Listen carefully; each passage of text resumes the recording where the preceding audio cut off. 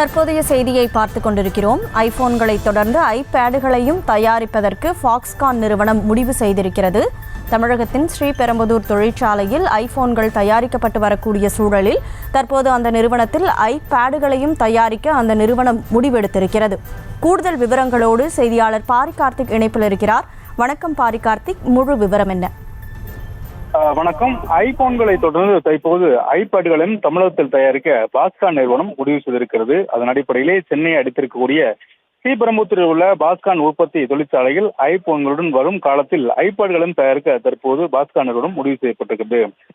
ஈராண்டு காலத்துக்கு ஸ்ரீபெரும்புத்தூர் தொழிற்சாலையில் உற்பத்தி திறனை இரட்டிப்பாக பாஸ்கான் நிறுவனம் செய்வதற்கு நடவடிக்கை எடுக்கப்பட்டிருக்கிறது. ஏற்கனவே துவங்கப்பட்ட ஐபோன் நிறுவனத்தை தொடர்ச்சியாக இப்போது ஐபேடுகளும் தயாரிக்க மேலும் தன்னுடைய உற்பத்தியை அதிகரிக்க பாஸ்கான் நிறுவனம் முடிவெடுத்திருக்கிறது.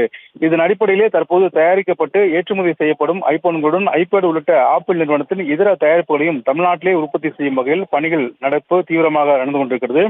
இதன் அடிப்படையிலே தமிழ்நாடு அரசுடன் ஏற்கனவே இது குறித்து ஆலோசிக்கப்பட்டுள்ளதாக பாஸ்கான் நிறுவன அதிகாரிகள் தகவல் தெரிவித்திருக்கிறார்கள். அதே வேளையில் மேக் மடிக்கணினி உற்பத்தி உட்பட திட்டமானது இருக்கிறது. அதன் அடிப்படையிலே மேக் மடிக்கணினிகளை உற்பத்தி செய்யவும் திட்டம் இருக்கிறது. இப்போதைக்கு பாஸ்கான் நிறுவனம் அதற்கான அனுமதியை கேட்டிருக்கிறது. அதன் அடிப்படையிலே ஐபேட்களை தயாரிக்கும் முடிவை எடுத்து தற்போது பாஸ்கான் நிறுவனம் மூலம் வழங்கப்படும் வேலைவாய்ப்பு கணிசமாக அதிகரிக்கும் என்று தமிழ்நாடு அரசு அதிகாரிகள் தெரிவித்திருக்கிறார்கள். குறிப்பாக பாஸ்கானுடைய அதிகாரிகள் தெரிவிக்கும் பொழுது இந்த ஐபேட்கள் தயாரிக்கும் பொழுது தொடர்ச்சியாக வேலைவாய்ப்பும் அதிகரிக்கும். இது குறித்து தமிழ்நாடு அரசிடம் பேசியிருக்கிறார்கள். ஐபேட்களை தொடர்ந்து ஐபேட்களும் அதிக அளவு தயாரித்து வெளிநாடுகளுக்கு ஏற்றுமதி செய்யும் பொழுது தமிழகத்தில் இருக்கக்கூடிய இளைஞர்களுக்கு வேலைவாய்ப்பு பெருகும் என்றும் தற்போது அந்த நிறுவனத்தின் அதிகாரிகள் தெரிவித்திருக்கிறார்கள்.